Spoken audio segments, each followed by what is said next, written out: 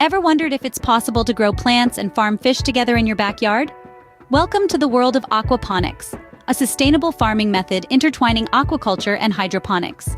Fish waste provides nutrients for plants, while plants purify water for the fish. Now, you're probably curious about how to set up your own aquaponics system, right? Stick around and you'll know soon enough. First things first, planning is crucial. It's pivotal to consider factors like the space you have available, your budget, and the types of fish and plants that will thrive in your climate. Once you've got a plan, it's time to gather your materials.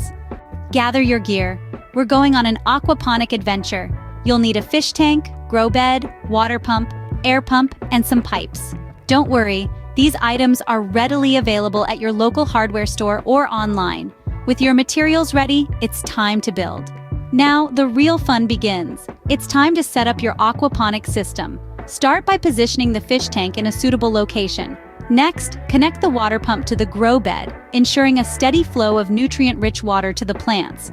Don't forget to install the air pump. It's crucial for keeping the water oxygenated for your fish.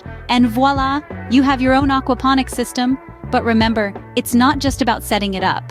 It's also about maintaining it.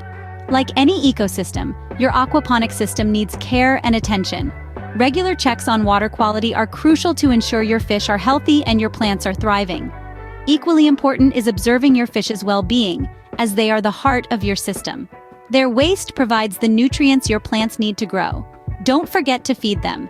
Adjustments to the system may be needed from time to time, so stay alert.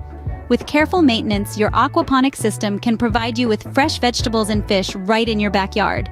So there you have it, a simple guide to setting up your own aquaponic system. Remember, aquaponics is not just sustainable, it's also a fun and rewarding project.